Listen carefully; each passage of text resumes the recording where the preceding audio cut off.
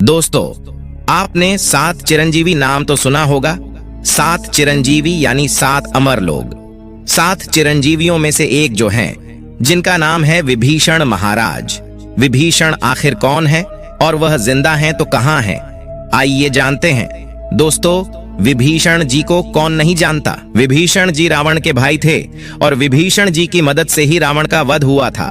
भगवान श्री राम ने खुद विभीषण जी को चिरंजीवी होने का वरदान दिया था। वैसे सभी लोगों को यह पता होगा, लेकिन जानना यह है कि विभीषण जी रहते कहां हैं। आज हम यह जानेंगे कि विभीषण जी आज तक जीवित कैसे हैं। रामायण की कथा तो आप लोग जानते हैं, किंतु रामायण में जब सीता माता का हरण रावण ने कर लिया था, तब उन्हें अशोक वाटिका में रखा था। और अशोक वाटिका में उस समय माता सीता की एकमात्र सखी बनी थी, और वह थी विभीषण की पुत्री त्रिजटा, जो रावण के अशोक वाटिका की प्रमुख पहरेदार थी। त्रिजटा ही माता सीता को युद्ध के परिणामों को बताती थी, और त्रिजटा के रहने से ही माता को थोड़ा सा सुकून मिलता था अशोक वाटिका में। आपको पता है कि विभीषण जी एक राक्षस कुल के थे, लेकिन भगवान नारायण के बहुत ज्यादा भक्त थे, इसलिए उनकी पुत्री भी बहुत ज्यादा भक्त थी। इसीलिए उसने माता सीता का पूरा ख्याल रखा। जब विभीषण जी के द्वारा बताए गए तरीके से रावण का वध हो गया, तो भगवान श्री राम जी उन पर बहुत प्रसन्न हो गए।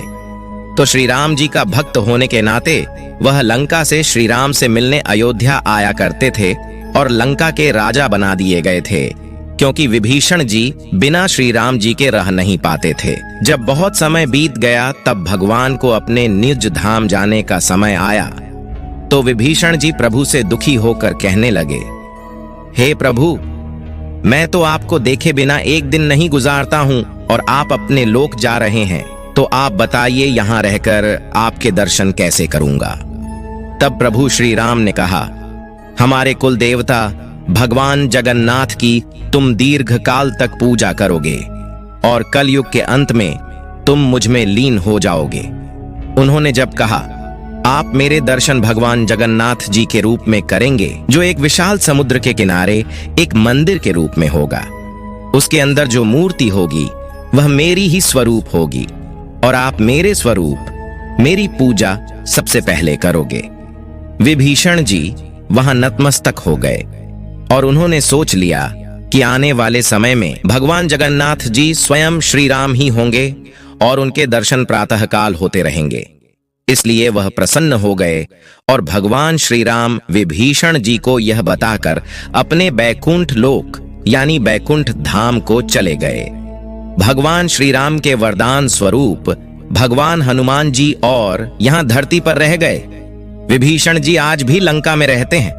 काफी लोगों को यह जानकारी है कि रोज सुबह जगन्नाथ जी की प्रथम पूजा स्वयं महाराज विभीषण ही करते हैं। दोस्तों, प्राचीन काल की बात है, एक दिन भगवान जगन्नाथ जी की दर्शन करने के लिए विभीषण जी हमेशा की तरह पहुंचे और भगवान जगन्नाथ के दर्शन किए। ऐसी मान्यता है कि भगवान जगन्नाथ उनको स्वयं दर्शन देते हैं।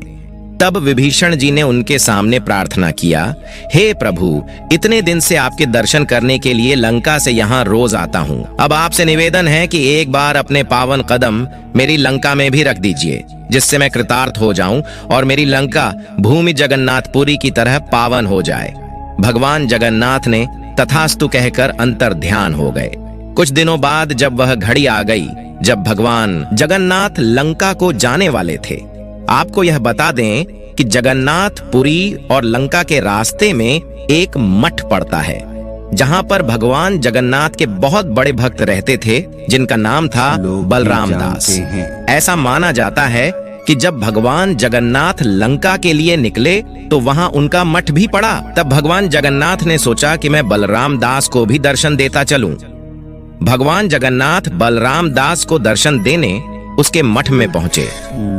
भगवान जगन्नाथ को अपने मठ में आए हुए देखकर बलराम दास भाव विभोर हो गए, उनके सामने नतमस्तक हो गए। भगवान जगन्नाथ जी से बातें करने के बाद भगवान जगन्नाथ ने बताया कि मैं विभीषण जी को दर्शन देने के लिए लंका जा रहा हूँ। तब बलराम दास ने प्रार्थना की, हे प्रभु, आप अपने साथ मुझे भी लंका ले चलें। और भगवान जगन्नाथ ने सहमति दे दी। सहमति के साथ भगवान जगन्नाथ ने बलराम दास को एक सुराही जैसा मटका दिया जो सोने का था और कहा, जब वापस आऊंगा तब आप यह मटका मुझे दे देना, क्योंकि इसे जगन्नाथपुरी से लाया हूँ। भगवान दास बेहद खुश हो गए और अपनी यात्रा लंका की तरफ शुरू कर दिया। कुछ समय बाद बलराम दास और भगवान जगन्नाथ दोनों लंका पहुंचे तो विभीषण जी ने दोनों लोगों का बहुत स्वागत किया और इसके बाद विभीषण जी ने मोतियों की माला बनाई और उसके साथ एक और माला बनाया। वह माला बेहद ही दुर्लभ फूलों से बनी हुई थी जिसका नाम था काली जूही के फूल, जो बहुत कम जगहों पर मिलते हैं। और दोनों मालाओं को बनाकर भगवान जगन्नाथ जी के गले में पहना दिया। भगवान बहुत प्रसन्न हुए और फिर लंका को और वहां के वासियों को आशीर्वाद दिया और फिर अपने धाम को निकल गए। जब अपने धाम को निकलने लगे, जब वह अपने धाम को पहुंचने वाले ही थे तो थोड़ी ही दूर बलराम दास जी का मठ भी आया। फिर भगवान ने बलराम दास को आशीर्वाद दिया और कहा, जाओ, हम काफी दिनों से भ्रमण कर रहे हैं और जाओ अपने मठ में विश्राम करो, मैं अपने धाम वापस जा रहा हूँ। और बलराम दास प्रसन्नता के साथ अपने मठ में गए और विश्राम करने लगे और मठ में सो गए। जब वापस से बलराम दास जी की नींद खुली तो देखा कि वह मटका वहीं रह गया। यह मटका तो भगवान ने मुझे लंका जाते वक्त दिया था और अरे, यह तो उन्हें मैं लौटा ही नहीं सका। अब मैं इसे न जाने कैसे लौटाऊंगा। ऐसा बलराम दास जी अपने मन में सोच रहे थे और बहुत परेशान हो गए और सुबह हो चुकी थी। इधर जगन्नाथपुरी के मंदिर में हाहाकार मच गया था। लोग आपस में बात कर रहे थे, अरे भाई, यह कैसे हो सकता है? भगवान जगन्नाथ के मूर्ति के बगल का मटका कैसे गायब हो गया? सभी परेशान हो गए। तब उस समय जगन्नाथपुरी के एक राजा थे जिनका नाम था रुद्र प्रताप। रुद्र जी के पास ये खबर पहुंची तब प्रताप रुद्र ने सोचा कि भगवान जगन्नाथ जी का वह मटका किसी चोर ने चुरा लिया है। जंगल में लगी आग जैसे पूरी तरह पूरे राज्य में फैल गई और जब इस बात को बलराम दास जी ने सुना तो उन्हें पता हो गया यह मटका भगवान जगन्नाथ जी का है। तब भागते हुए जगन्नाथपुरी पहुंचे और जगन्नाथपुरी में महाराज प्रताप रुद्र के पास पहुंचकर उन्होंने कहा कि यह मटका मुझे स्वयं भगवान ने दिया था। लेकिन प्रताप रुद्र को इस बात का विश्वास नहीं हो रहा था। उन्होंने बलराम दास को चोर समझ लिया और चोरी का आरोप लगा दिया। जब बलराम दास जी को चोरी का आरोप लगा तो वह रोने लगे और उन्होंने पिछली बात की सारी जानकारी राजा रुद्र प्रताप को बताया कि विभीषण जी ने किस प्रकार मोतियों की माला और काले जूही की माला भगवान जगन्नाथ को पहनाई थी। और फिर रुद्र प्रताप भागकर जगन्नाथ जी के मंदिर में पहुंचे और जैसे ही देखा कि भगवान जगन्नाथ के गले में सचमुच वह माला टंगी हुई है जो बलराम दास ने बताया था वह सच था, उनको ऐसा लगा जैसे पैरों तले जमीन खिसक गई। और फिर राजा प्रताप रुद्र ने बलराम दास जी से क्षमा मांगी और कहा, मुझसे बहुत बड़ी गलती हो गई कि भगवान जगन्नाथ के इतने बड़े भक्त पर मैंने ऐसा आरोप लगाया। बलराम दास जी ने उन्हें क्षमा कर दिया और बलराम दास जी ने प्रताप रुद्र को यह भी बताया कि विभीषण जी यहाँ रोज सबसे पहले आकर भगवान जगन्नाथ जी की पूजा करते हैं। ये बात आपको पता भी नहीं है, लेकिन मुझे और विभीषण जी और भगवान जगन्नाथ जी को पता है। तब से आज तक ये मान्यता है विभीषण जी वहां जब से लेकर आज तक भगवान जगन्नाथ जी की पूजा करके चले जाते हैं, जो मंदिर में मंदिर के पट खोलने से पहले, क्योंकि उन्हें भगवान श्री राम ने वरदान दिया था कि सबसे पहले तुम मेरे दर्शन करोगे। विभीषण जी को कोई भी अपनी खुली आंखों से देख नहीं सकता है। विभीषण जी के पास जो शरीर है वह दिव्य शरीर है और भगवान श्री राम के वरदान के प्रभाव से उनकी शरीर दिव्य हो चुकी है।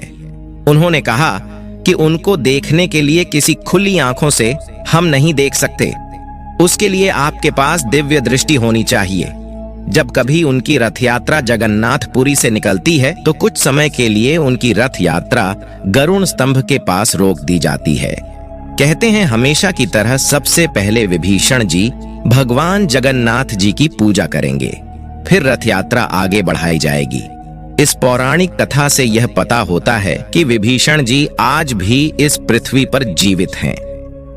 भगवान श्री राम के आशीर्वाद के अनुसार वह लंका में रह रहे हैं और उन्हें कोई देख नहीं सकता है। उम्मीद है कि यह पौराणिक कथा सबसे पहले सबसे अलग जानकारी अच्छी लगी होगी। अगर अच्छी लगी है तो चैनल को सब्सक्राइब करके वीडियो को लाइक जरूर करें और तब